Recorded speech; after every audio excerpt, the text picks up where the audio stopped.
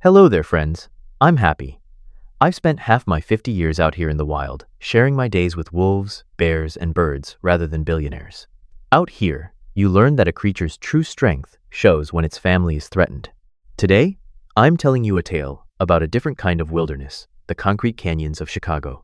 It's about Jack Harper, a brilliant lawyer who gave up his crown to protect his little cub, Lily, and how a fierce corporate queen named Mia recognized the heart of a true protector. Before we step into this concrete jungle, drop a comment below and tell me, where in this big beautiful world are you listening from? And don't forget to hit that subscribe button to join our campfire for more stories. The wind coming off Lake Michigan that November was sharp enough to strip the warmth from your bones. Chicago, under a steel gray sky, is a city of hard edges and relentless motion, a place where the cold makes people walk faster, look down, and forget each other entirely. My name is Wilder. I work the evening shifts at the Grand Oak Haven, a five-star hotel that sells the illusion of perfect peace in the middle of the city's chaotic financial district. I am paid to manage the luggage, to open the doors, and to observe. I watch the wealthy arrive with their demands, and I watch the staff pretend not to be tired. But mostly, for the past 2 years, I have watched Jack Harper. Jack did not look like a man who belonged behind a concierge desk. He was 34 years old, tall, with broad shoulders that he carried with a deliberate, unassuming stillness. He had the kind of sharp, dark eyes that took in an entire room in a fraction of a second, cataloging details that everyone else missed. His hands were not rough from physical labor, but the side of his right index finger bore a permanent, thick callus, the kind that comes from years of holding a pen, from writing thousands of pages of legal briefs. He was meticulously polite, endlessly patient, and emotionally contained.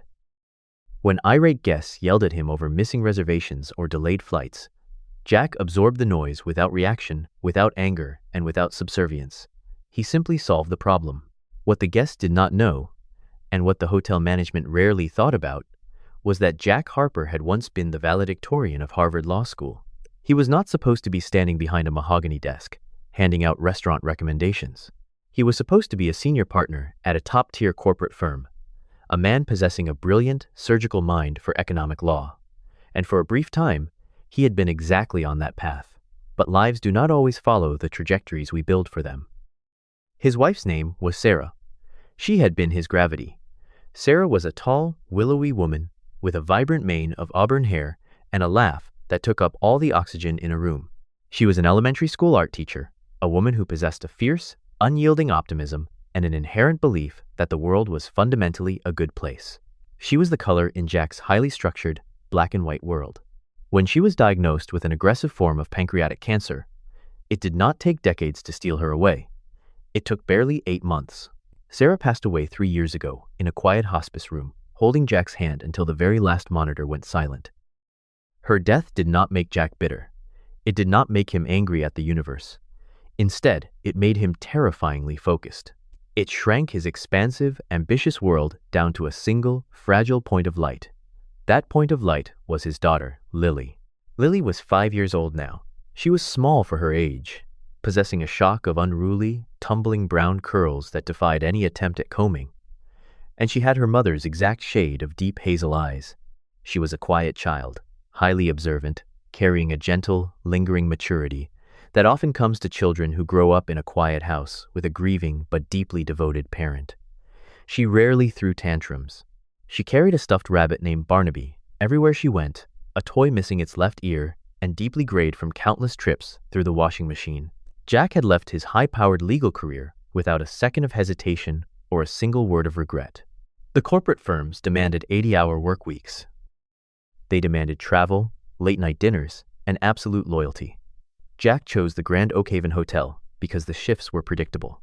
The concierge job allowed him to wake up at 6 in the morning, to make Lily's favorite blueberry pancakes, to walk her to kindergarten, and to be there when she came home. It allowed him to sit by her bed every single night and read times The Wind in the Willows, times until her breathing slowed and she fell asleep. He had traded a corner office and a 6-figure bonus for a gold-plated name tag, and he considered it the best negotiation he had ever made. They lived in a small, pre-war apartment building on the south side, in a neighborhood that rapid, aggressive gentrification was slowly swallowing whole. It was a modest place with creaking floorboards, but Jack kept it spotless. Right next door to them lived Mrs. Higgins. Mrs. Higgins was 72 years old, built like a small, sturdy bird, with silver hair that she kept pinned in a meticulous, tight bun at the nape of her neck. She was a retired seamstress, fiercely independent, but her edges had softened over the years, especially toward Lily. Whenever Jack had to take an unavoidable overtime shift at the hotel, Mrs. Higgins was the one who watched Lily, feeding her oatmeal cookies and teaching her how to cross-stitch. Mrs. Higgins shared her apartment with Marmalade, a 12-year-old, drastically overweight orange tabby cat who had lost half his teeth and possessed a profound aversion to anything other than sleeping on the warmest radiator in the living room. The rhythm of Jack's quiet life was disrupted on a Tuesday afternoon. Mrs. Higgins had knocked on his door, her usually steady, bird-like hands trembling slightly. She held a thick, legally dense envelope. It was an eviction notice. A massive real estate conglomerate had quietly purchased the land beneath their aging building. The letter was an aggressive, perfectly calculated legal threat masked as a buyout offer. The compensation they offered was a humiliating fraction of what it would cost to relocate anywhere within city limits. It was a classic bullying tactic designed by expensive lawyers, overwhelm the poor, confuse the elderly, and force them to sign away their homes before they even understood they had a right to fight back. Mrs. Higgins looked at Jack, her eyes watering, asking him what she was supposed to do, where she and Marmalade were supposed to go. Jack did not offer empty comfort. He did not give her a false smile. He simply reached out, took the heavy envelope from her trembling hands, and told her that she was not going anywhere. He said he would read it. The next day, at the Grand Oakhaven, the lobby was bustling with a convention of tech executives. Jack handled their endless requests with his usual flawless, invisible efficiency. But when his 45-minute lunch break arrived, he did not go to the cafeteria to eat with the rest of the staff. He went to the small, fluorescent-lit break room in the basement. He sat at a plastic folding table that wobbled slightly on the uneven concrete floor. He opened his locker and pulled out Mrs. Higgins's eviction file, along with a stack of printed municipal zoning codes and corporate acquisition precedents he had requested from the city archives. I watched him from the doorway, in that dim, humming room smelling of stale coffee and industrial bleach. Jack Harper stopped being a hotel concierge. His posture shifted. The quiet stillness in his eyes sharpened into something incredibly dangerous. He laid the documents out with surgical precision. He began to read, tracking the dense, manipulative clauses with his calloused index finger. He was mapping the conglomerate's legal strategy, and more importantly, he was looking for the fractures in their armor. He was looking for the mistake. He had sacrificed his career, his status, and his wealth for his daughter. But the brilliant, relentless Harvard lawyer was never entirely gone. He had just been waiting in the dark. Chapter 2. The Confrontation in the Lobby. The Grand Oakhaven lobby at 8 o'clock on a Thursday evening was a theater of wealth, a sprawling expanse of imported Italian marble, crystal chandeliers, and the hushed, expensive murmur of the city's elite. From my post, by the main entrance, I usually watch this world spin with detached indifference. But that evening, the polished tranquility of the hotel was fractured. It began near the grand piano, where a woman stood waiting for a business associate. Her name was Mia Gallagher. Mia was in her early 30s, possessing a striking, unyielding architecture to her features that made people instinctively step out of her way. She wore a tailored charcoal pinstripe suit that cost more than my yearly salary, and her jet black hair was cut into a sleek, severe bob that framed a pair of icy, hyper-observant blue eyes. She was the CEO of Gallagher Enterprises, a woman who had inherited a massive supply chain empire and ruthlessly expanded it by outsmarting boards of older men who continually underestimated her. Because of this, Mia carried an aura of absolute command, heavily guarded and fundamentally exhausted by the endless posturing of corporate America. She was looking at her phone, minding her own business, when the trouble started. 3 young men drifted across the lobby, leaving a wake of spilled cocktail droplets and loud, slurred laughter. They were the sons of Chicago's financial royalty, boys who had never heard the word no in their entire lives. The ringleader was Julian Vance. Julian was 24, wearing a crumpled designer blazer over a graphic tee, his cheeks flushed with the toxic confidence of expensive scotch. He had the lazy, cruel smirk of a boy whose father routinely bought his way out of DUI charges and property damage lawsuits. The other 2 were were merely echoes of Julian, privileged, loud, and emboldened by numbers. They surrounded Mia, boxing her in against the edge of a velvet lounge sofa. Julian leaned in far too close, invading her personal space. His words an obnoxious, dripping mix of crude compliments and entitled demands for her attention. Mia stiffened, her eyes flashing with a cold warning, and she told them sharply to back off. Julian merely laughed, reaching out to block her path when she tried to step around him. The lobby was packed with at least 50 people, businessmen, tourists, and hotel management. And yet, true to the cowardice of high society, not a single person moved. Everyone suddenly found their shoes or their phones incredibly interesting. The hotel manager, terrified of offending the Vance family, conveniently disappeared into the back office. I was about to break protocol and call security myself, but before I could unclip my radio, Jack Harper was already moving. He did not rush, and he did not shout. He stepped out from behind the mahogany concierge desk and walked directly into the center of the confrontation with the calm, terrifying stillness of a man walking into a storm he already knew how to control. Jack positioned his tall, broad frame perfectly between Mia and Julian, effectively breaking the physical trap. He looked at Julian with an expression devoid of fear, anger, or subservience. "Gentlemen," Jack said. His voice was low, but it carried a specific, unmistakable gravity that cut entirely through the ambient noise of the lobby. "It appears the lady has asked you to leave. I highly recommend you do so." Julian looked up, his alcohol-glazed eyes focusing on Jack's gold name tag. He sneered, making a disparaging remark about a glorified bellboy trying to play hero, and told Jack to fetch their coats before he got him fired. Jack did not blink. He did not step back. Instead, the Harvard valedictorian, hiding behind a concierge desk, spoke. Under the Illinois compiled statutes, specifically 720 ILCS 526-1, your current behavior constitutes Class C misdemeanor disorderly conduct, Jack stated, his words clipped, precise, and entirely devoid of emotion. Furthermore, your physical obstruction of this guest, combined with your aggressive posture, crosses the legal threshold into assault. That carries a potential sentence of 30 days in a county correctional facility, not accounting for the inevitable civil litigations regarding intentional infliction of emotional distress. If you touch me, or if you touch her, this elevates to battery. Are you entirely sure your trust funds are liquid enough to cover the legal retainers? The entire immediate vicinity went dead silent. The businessmen, pretending not to look, were now staring openly. Mia Gallagher's icy blue eyes widened slightly, her gaze snapping from the drunk heirs to the concierge in front of her. She was listening not just to what he said, but how he said it with the surgical, flawless phrasing of a seasoned corporate litigator. Julian's face flushed a deep, ugly crimson. Humiliated in front of his friends in the lobby, his arrogance violently hijacked his common sense. He cursed loudly, reared back, and threw a clumsy, alcohol-fueled punch aimed directly at Jack's jaw. Jack did not even raise his hands to block it. He simply shifted his weight, anticipating the trajectory. But the punch never landed. From the shadow of the revolving doors, a massive figure moved with terrifying speed. It was Thorne, the head of Mia's private security detail. Thorne was a mountain of a man in a discreet black suit, sporting a thick, jagged scar down the side of his neck that hinted at a very violent military past. Before Julian's fist could travel halfway, Thorne caught the boy's wrist, twisting it just enough to drop Julian to his knees with a sharp yelp of pain. The other two boys froze, instantly sobered by the sheer size and lethal intent radiating from the bodyguard. Mia stepped forward, looking down at the kneeling, whimpering Julian.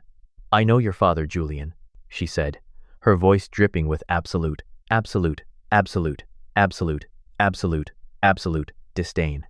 "And I know his board of directors. If you and your friends are not out of this hotel in 10 seconds, I will make a phone call that will tank Vanguard Horizon stock by morning. Get out." Thorne released Julian's wrist, shoving him toward the exit. The three boys scrambled to their feet and practically ran out into the freezing Chicago night, their bravado entirely shattered. Mia took a breath, regaining her flawless composure, and turned to look at Jack.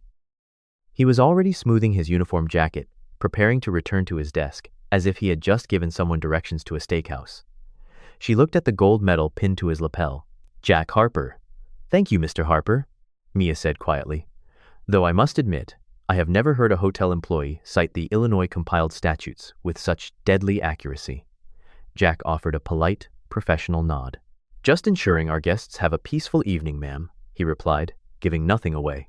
But as Jack turned back toward the desk, I saw his eyes lock onto a sleek black platinum credit card that Julian had dropped on the marble floor during the scuffle. The name Times, Julian Vance Times, was embossed on the front. Jack stared at it, and I saw a cold, hard realization settle over his features. He knew that name. I found out later exactly why. Marcus Vance, Julian's father, was the CEO of Vanguard Horizon Real Estate, the exact same corporate conglomerate that had sent the ruthless eviction notice to Mrs. Higgins and the rest of Jack's neighbors. The bullies in the boardroom were raising bullies in the real world. I did not follow Jack home that night, but I know exactly what happened when his shift ended. He rode the subway back to the south side, walking through the quiet, creaking halls of his apartment building.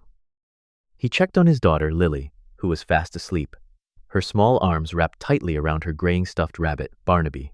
He kissed her forehead. Then, Jack Harper went to his cramped kitchen table. He did not sleep. The encounter with the arrogant Vance heir had ignited something deep within him. It was no longer just a defensive maneuver. It was a counterattack. Under the dim, flickering light of a single bulb, Jack spent the next 6 hours finalizing the class action complaint against Vanguard Horizon. He weaponized every ounce of his Harvard-trained intellect, drafting an airtight injunction that targeted the conglomerate's zoning violations and predatory buyout clauses. At 5:30 inches the morning, just before he needed to wake up to make Lily's blueberry pancakes, Jack Harper hit a button on his laptop, electronically filing the lawsuit to the Chicago Municipal Court. The war had officially begun. Chapter 3. The offer he couldn't refuse. Mia Gallagher did not reach the apex of Chicago's corporate hierarchy by leaving anomalies unexamined. The morning after the incident at the Grand Oak Haven, she sat in her corner office on the 42nd floor of the Gallagher building, overlooking the steel and glass canyons of the city. Standing across her mahogany desk was Elias Mercer, her Director of Intelligence and Human Resources. Elias was a man in his late 50s, possessing a razor-thin build, impeccably tailored tweed suits, and a pair of round, wire-rimmed glasses perched on a sharp, inquisitive nose. He was a former investigative journalist, a man whose entire personality was built around unearthing the things people tried to keep buried, possessing a quiet demeanor that belied a ruthless efficiency. He placed a slim manila folder on Mia's desk. It contained the background check on Jack Harper. When Mia opened it, she expected to find a former law student who had dropped out under pressure, or perhaps a paralegal who had lost his license due to a clerical error. What she read instead made her perfectly composed features slip into genuine astonishment. Jack Harper was not a dropout. He was the valedictorian of his Harvard law class. He had spent 5 years as a senior associate at one of the most ruthless, elite corporate litigation firms on the East Coast, carving a reputation as an absolute prodigy in economic law. Then, 3 years ago, following the tragic and sudden death of his wife, he had simply vanished from the legal world, voluntarily relinquishing a brilliant future to resurface as a hotel concierge. Mia looked at the empty organizational chart on her whiteboard. Gallagher Enterprises had been without a chief legal officer for 4 months, bleeding capital due to subpar legal defenses against aggressive competitors. She realized she did not just want to thank Jack Harper for his intervention the night before. She needed him. She bypassed her assistants and drove back to the Grand Oak Haven herself, intercepting Jack just as his evening shift ended. She did not waste time with corporate pleasantries or cautious negotiations. Standing under the ornate brass awning of the hotel, as the biting Chicago wind whipped around them, Mia offered him the position of chief legal officer, complete with a salary and stock options package that would make most senior partners weep. Jack listened politely, his expression as unreadable and contained as it had been the night before when he faced down the drunken heirs. Then, with a gentle but absolute finality, he said no. He explained, without a trace of bitterness, that corporate law at her echelon demanded 80-hour work weeks, sudden flights to Europe, and a devotion that consumed everything else in a person's life. He told her about Lily, his 5-year-old daughter, who needed her father to make her breakfast, to walk her to kindergarten, and to read her to sleep every night. He said he had already lost his wife, and he absolutely refused to lose his daughter's childhood to a boardroom. He thanked Mia for her generous offer, turned, and walked toward the subway station. Most executives would have walked away, feeling insulted by the rejection from a hotel employee. Mia Gallagher was not most executives. She watched him walk away and understood that Jack's refusal was not a negotiation tactic or a display of arrogance. It was an unbreakable boundary born of immense love and integrity. While Mia was back at her office, completely rethinking her strategy, Jack's other, quieter war was rapidly escalating. The Chicago Municipal Court had processed his class action complaint overnight, an administrative miracle fueled by the sheer, undeniable gravity of the legal violations he had outlined in his late-night filing. Vanguard Horizon's response was immediate and vicious. The following afternoon, a sleek black town car pulled up to Jack's South Side apartment building. Out stepped Richard Sterling, Vanguard's lead counsel. Sterling was a man in his early 40s, with slicked-back, blonde hair, a heavy gold Rolex, and the permanent, sneering smile of a man who made his living terrorizing people who could not afford to fight back in court. He gathered Mrs.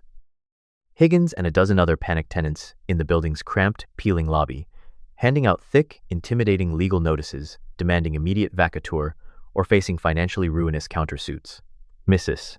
Higgins was clutching her old cat, Marmalade, to her chest, her hands trembling violently as Sterling's loud voice echoed off the walls. Sterling was mid-sentence, aggressively threatening to seize their meager pensions to cover court costs when Jack walked through the front doors. Jack did not yell. He walked directly up to Sterling, took the heavy legal notice from Mrs.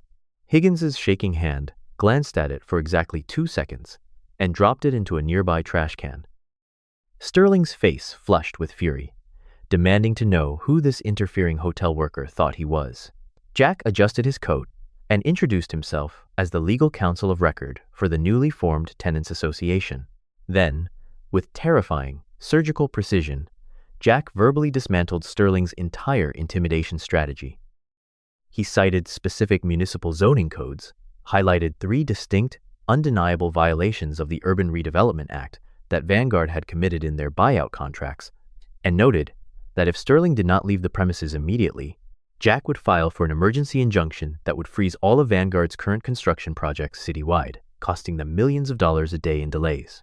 Sterling, recognizing immediately that he was facing a legal predator far superior to himself, turned visibly pale. The arrogance completely drained from his face. Without another word, he snatched his expensive briefcase and retreated to his town car, the eviction order effectively suspended. The tenants cheered, but Jack only smiled gently at Mrs. Higgins, placing a reassuring hand on her shoulder and promising her they were safe. The next morning, Jack received a knock on his door. It was not another corporate shark seeking revenge, but a courier holding a sealed, heavy envelope bearing the Gallagher Enterprises crest. Inside was a contract, drafted not by the Human Resources Department, but personally by Mia Gallagher herself. Jack sat at his small, worn kitchen table and read it while Lily happily ate her cereal across from him. It was an entirely unprecedented corporate document. The contract offered him the chief legal officer position, but the stipulations were entirely dictated by his life as a single father. It guaranteed strictly flexible working hours, with an ironclad clause forbidding any mandatory travel.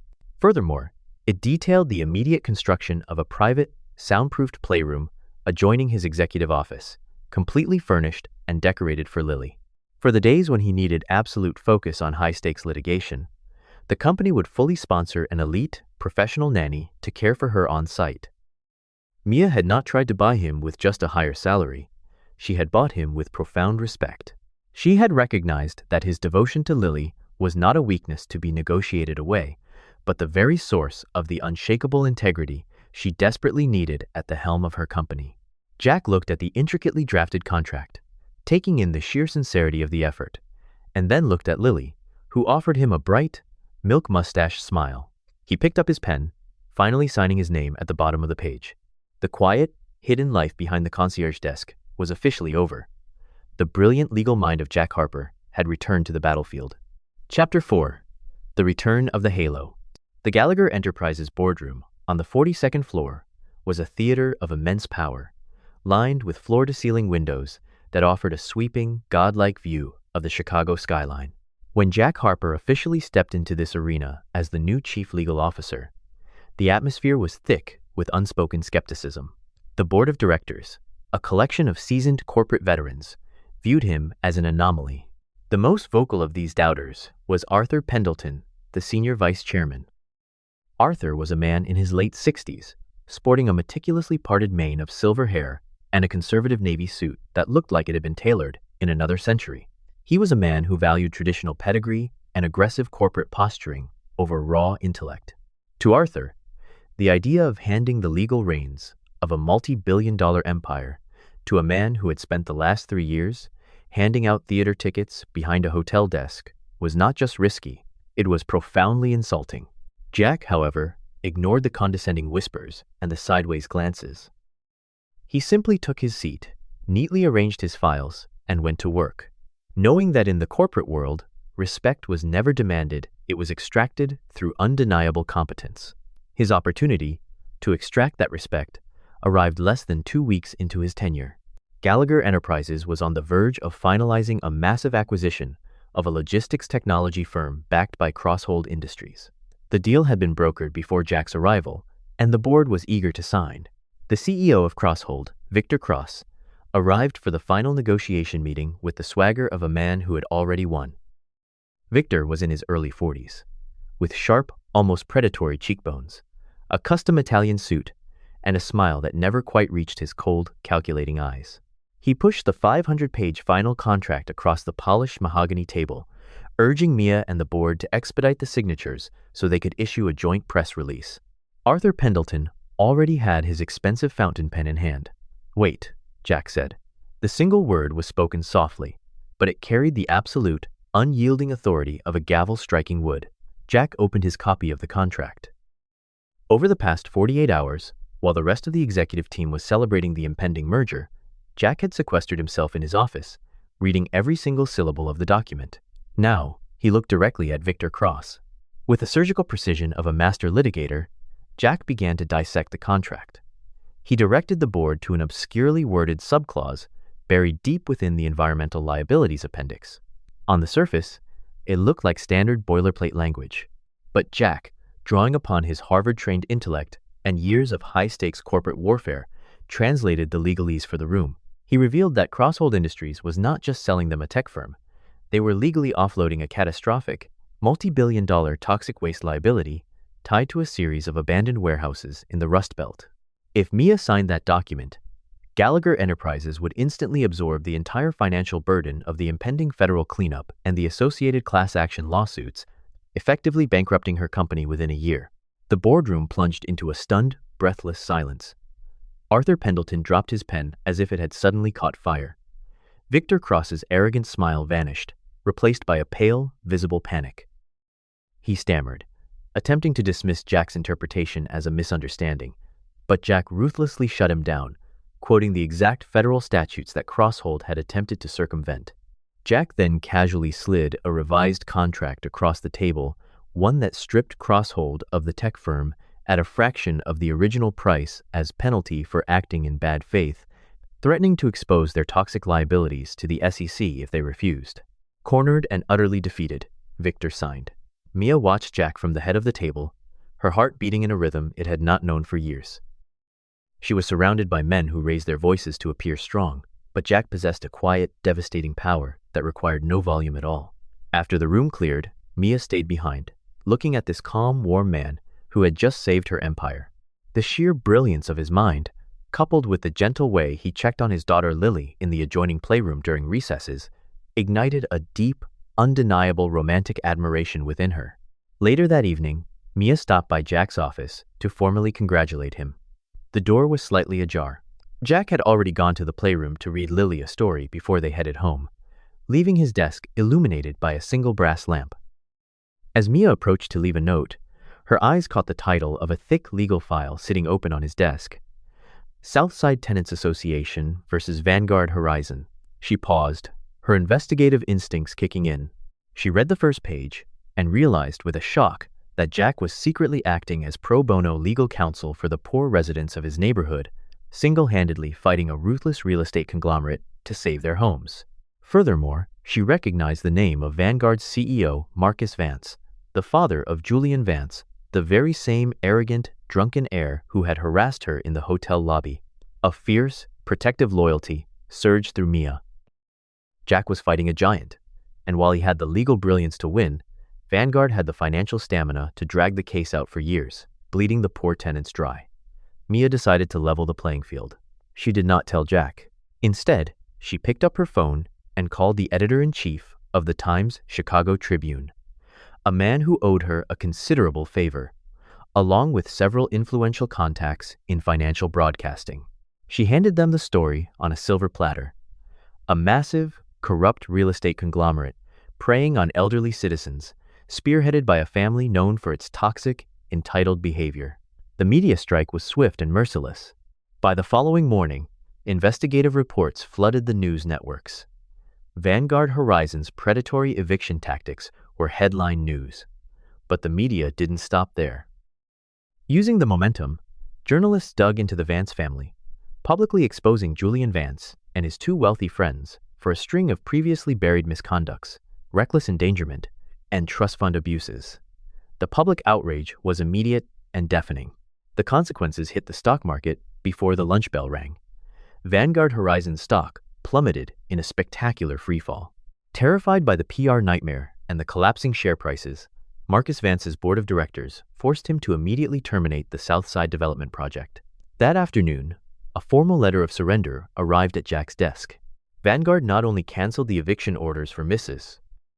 Higgins and the neighborhood, but they also offered massive, highly lucrative compensation packages to avoid further litigation. Meanwhile, Julian Vance and his two friends found their trust funds frozen by their furious, scandal-ridden families, suddenly facing a terrifying reality where their money could no longer shield them from the law. Jack stood in his office, reading the settlement letter, a rare, genuine smile breaking across his face. He looked out the window at the city, unaware of the invisible hand that had accelerated his victory, but profoundly grateful that the people he cared about were finally safe. And standing in the doorway, watching him smile, Mia felt the last of her own heavily guarded walls quietly crumble to the ground. Chapter 5. The Blurred Boundaries. Jack Harper's tenure at Gallagher Enterprises rapidly transformed from a tentative experiment into an era of unprecedented legal dominance. Over the next 3 months, rival corporations who attempted to exploit the company's previously vulnerable legal flanks found themselves systematically dismantled. Jack moved through high-stakes litigation with the calm, devastating efficiency of a grandmaster, neutralizing patent disputes, hostile takeover bids, and aggressive union negotiations before they ever reached a courtroom. He was an impenetrable shield for Mia's empire. But as the professional boundaries between Jack and Mia Gallagher solidified into absolute unspoken trust, the personal boundaries between them began to beautifully, irreversibly blur. Mia, a woman whose entire adult existence had been rigidly confined to sterile boardrooms, high society galas, and lonely luxury penthouses, found herself increasingly drawn to the warm, chaotic gravity of Jack's Southside apartment. She started dropping by on weekends, quietly discarding her tailored, intimidating designer suits for soft cashmere sweaters, simple white sneakers, and faded denim. She did not come to his home as the CEO of a multi-billion-dollar conglomerate. She came simply as Mia. She spent her Saturday afternoons in Jack's cramped, sunlit kitchen, her hair tied back loosely, her nose dusted with flour as she taught Lily how to bake chocolate chip cookies. Lily, who usually approached strangers with the quiet, guarded caution of a child who had experienced early loss, took to Mia with an immediate, profound affection.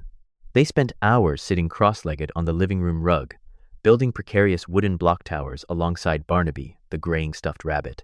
On sunny Sunday mornings, the three of them took long, rambling picnics in Millennium Park, feeding the ducks and chasing runaway kites. Mia learned the exact way Lily liked her sandwiches cut, and Lily learned that the formidable corporate executive was, in fact, a woman with a surprisingly loud, uninhibited laugh that made the whole room feel brighter. The true depth of Jack's world, however, was fully revealed to Mia during the first week of October. The Southside Tenants Association, finally free from the terrifying shadow of Vanguard Horizon's bulldozers, organized a neighborhood block party to honor the man who had single-handedly saved their homes. The event was held in the narrow, string-lit courtyard of their apartment building. Mia was invited, and she arrived carrying a large bowl of homemade potato salad, blending seamlessly into the vibrant, working-class crowd. It was here she met Mr. Henderson. Mr. Henderson was a 70-year-old retired mechanic with a booming baritone voice, an impressive silver walrus mustache, and hands permanently calloused from a lifetime of engine work. He was a fiercely loyal man who wore his heart on his sleeve, and he instantly took a liking to Mia, insisting on serving her an oversized paper plate piled high with barbecue ribs. As Mia sat on a folding chair next to Mrs. Higgins, who was currently trying to keep the lethargic, overweight cat Marmalade from stealing a sausage, she simply watched Jack. He was entirely in his element, wearing a faded flannel shirt, laughing freely as he hoisted neighborhood children onto his broad shoulders and accepted endless, tearful hugs of gratitude from elderly residents. He was not a ruthless corporate shark, nor was he just a grieving widower in that moment. He was a pillar of pure, radiant decency. Looking at the profound, unconditional respect shining in the eyes of everyone around him, Mia realized that Jack's true wealth had absolutely nothing to do with his Harvard degree or his lucrative new corporate salary. It was his character. In that warm, string-lit courtyard, watching him smile under the autumn sky, Mia's deep, professional admiration irrevocably crystallized into love. She silently vowed to herself that she would wait however long it took for this man to heal. That patience was deeply tested exactly 2 weeks later. A sudden, vicious public relations crisis erupted on a Thursday evening when a disgruntled former executive leaked a fabricated, highly damaging memo to the press, threatening to artificially crash Gallagher Enterprises' quarterly stock valuation. Because the corporate office was swarming with reporters, Jack and Mia retreated to his apartment to manage the fallout. They worked late into the night, the small kitchen table buried under mountains of legal files, glowing laptops, and half-empty coffee cups, while Lily slept soundly in the bedroom down the hall. Working in perfect, intuitive synchronicity, they tracked the source of the leak, drafted an airtight defamation lawsuit, and issued a flawless, legally binding public rebuttal that entirely killed the scandal before the morning news cycle could even begin. When Jack sent the final email and closed his laptop, a heavy, intimate silence settled over the kitchen. The chaotic adrenaline of the crisis faded, leaving only the soft hum of the refrigerator, the amber glow of the overhead light, and the close proximity between them. Mia looked at Jack, taking in the tired but triumphant lines of his face, the way his dark eyes held a quiet strength, and found she could no longer keep the words locked behind her teeth. With a quiet, steady courage, she reached across the table, gently resting her hand over his calloused fingers. She looked directly into his eyes and told him, without any corporate pretense or hesitation, that she had fallen in love with him. She loved the brilliant lawyer who protected her company, the devoted father who baked pancakes at dawn, and the brave man who had stood between her and 3 wealthy drunks in a hotel lobby without asking for a thing in return. Jack's breath hitched. The air in the room suddenly felt impossibly thin. For a fraction of a second, his hand tightened under hers, his eyes betraying a profound, answering longing that he had suppressed for years. He wanted to lean in, but then, the heavy, lingering ghosts of his past intervened. The immense weight of his grief for Sarah surged forward. The deeply ingrained fear of replacing his late wife in Lily's fragile heart terrified him. Furthermore, despite his new title, the lingering insecurity of his recent past, a grieving, struggling hotel concierge stepping into the glamorous, high-stakes life of a billionaire heiress suddenly paralyzed him. Slowly, painfully, Jack withdrew his hand from hers. He stood up and took a physical step back, creating distance between them. His voice was thick with suppressed emotion as he confessed that while he cared for her more deeply than he had thought possible, his heart was still a fractured thing. He told her he was terrified of confusing his daughter, of failing a second time at love, and that he felt he was simply not ready to be the man someone like her truly deserved. He retreated into quiet, agonizing apologies. Mia did not push him. She did not display anger, ego, or disappointment. She simply stood up, gathered her coat, and offered him a soft, profoundly understanding smile. She told him she wasn't asking him to erase his past. She was just offering him a place in her future. She promised she would wait until he was ready to step forward. Chapter 6. Crossing the Boundaries and a Perfect Ending. The days following the late-night confession in the kitchen were heavy with a fragile, unspoken tension. At the towering glass headquarters of Gallagher Enterprises, Jack and Mia maintained a flawless, polished professional distance. They navigated board meetings and complex litigation reviews with their usual synchronized brilliance, but the warm, effortless camaraderie that had blossomed between them over the past months was painfully absent. Jack buried himself in legal briefs, retreating behind the thick, defensive walls of his grief and his deeply ingrained insecurities. Mia, true to her promise, did not press him. She gave him the space he demanded, though the quiet melancholy in her icy blue eyes was unmistakable whenever she looked at him. The emotional stalemate finally broke on a rainy Tuesday evening inside Jack's South Side apartment. The relentless Chicago rain was beating against the window panes, mirroring the turbulent storm of indecision raging within Jack's chest. He was sitting alone on the edge of his bed, holding a small silver-framed photograph of his late wife, Sarah. He was lost in a suffocating spiral of guilt, wondering if moving forward meant leaving her memory behind. He was so absorbed in his quiet agony that he did not hear the soft padding of small feet approaching. Lily, holding her graying stuffed rabbit, Barnaby, tightly against her chest, stood in the doorway. She watched her father for a long moment, her large hazel eyes taking in his slumped shoulders and the profound sadness etching the lines of his face. She was only 5 years old, but she possessed a devastatingly sharp, emotional intelligence, shaped by the quiet, observant life they had lived together. Lily walked over and climbed onto the bed, nestling herself into the crook of Jack's arm.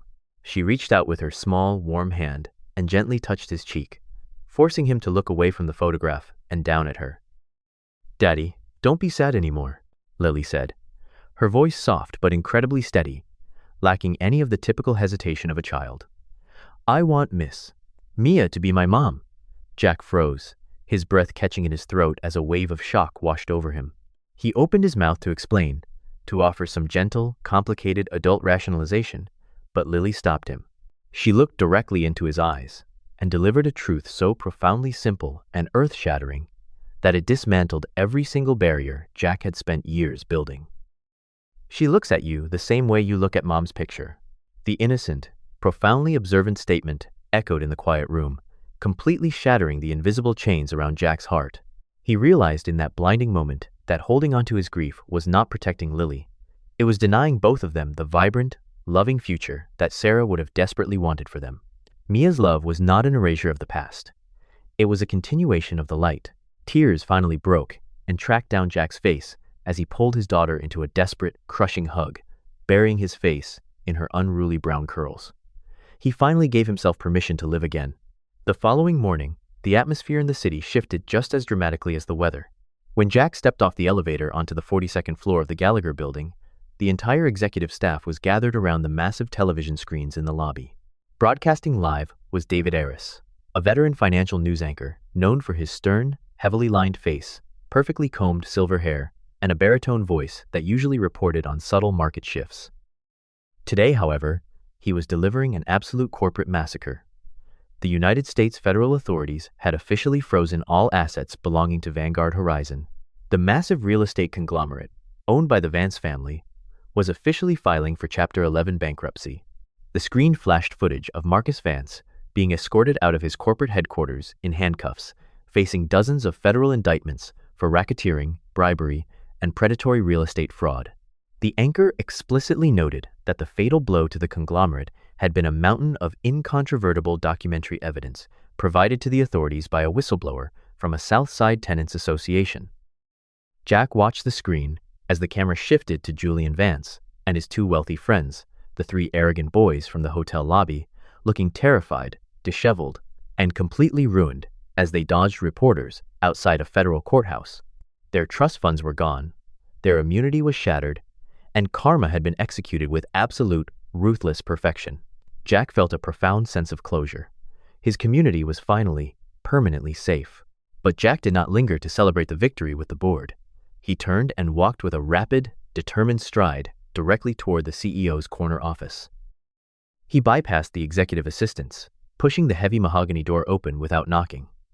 Mia was sitting behind her desk, looking over a quarterly report, wearing a sleek navy blazer. She looked up, startled by his sudden, intense entrance. Jack did not say a word. He walked around the massive desk, reached down, and pulled Mia to her feet. Before she could process what was happening, he wrapped his arms around her and pulled her into a deep, desperate, and fiercely tender embrace. Mia gasped, her hands instinctively coming up to grip the lapels of his suit as Jack buried his face in the crook of her neck. "Lily wants you to be her mother," he whispered, his voice shaking with raw emotion. He pulled back just enough to look into her stunned, beautiful blue eyes. "And I want you to be my wife. I'm sorry it took me so long. The answer is yes. It will always be yes. A radiant, breathtaking smile broke across Mia's face, washing away months of quiet longing, and she pulled him down into a kiss that sealed the fracture in both of their lives. 1 year later, under the warm, golden sunlight of a late spring afternoon, Jack and Mia were married. There were no flashing cameras, no corporate press releases, and no boardroom politics. The wedding was held in the lush, sprawling backyard of a rustic, beautiful farm just outside of Chicago, surrounded by blooming cherry blossoms and towering oak trees. The ceremony was officiated by Reverend Thomas, an old, jovial man with a warm smile and a booming laugh who had known Mia's family for decades. The guest list was an intimate, extraordinary collision of two entirely different worlds. Elias Mercer, the sharp-eyed director of intelligence, sat in the front row next to Mr. Henderson, the retired mechanic, who was loudly blowing his nose into a checkered handkerchief. Mrs. Higgins was dressed in her Sunday best, smiling warmly with the overweight tabby cat, Marmalade, sleeping lazily in a padded carrier at her feet. But the star of the afternoon, besides the bride, was Lily. She walked down the grassy aisle in a beautiful white dress, adorned with small, delicate angel wings attached to the back, proudly carrying Barnaby the rabbit, who had been fitted with a tiny, custom-made tuxedo bow tie. Mia looked absolutely ethereal, walking toward Jack, not in a severe corporate suit, but in a flowing, simple lace gown that caught the wind. As they stood under a wooden arch draped in wildflowers, exchanging vows that promised absolute loyalty, partnership, and unconditional love, Jack Harper realized the magnitude of his journey. He had stepped out from the invisible shadows behind a hotel concierge desk, fought giants to protect the vulnerable, reclaimed his brilliant legal halo, and found his way back to the light. As he kissed his beautiful, brilliant wife while the small crowd erupted into cheers and Lily hugged their legs, Jack knew he had finally found his perfect, enduring haven. The story of Jack and Mia reminds us that the brightest halos are not worn in corporate boardrooms, but are earned through quiet acts of love and sacrifice. In our everyday lives, we may not face billionaire giants or massive lawsuits, but we are all given small chances to choose integrity over convenience and family over status. Jack showed us that when you step down from the heights of the world to care for a little girl, the world might just build a new castle around you. True goodness never goes unnoticed forever. If this message brought some warmth to your day, please share this video with someone who might need to hear it. Leave a comment to share your feelings, and subscribe to our channel to join our storytelling family. May God bless you and your loved ones with health, peace, and the courage to always do what is right, even when it is hard. If you believe that honest sacrifices and a kind heart will eventually bring true happiness, please comment Amen below.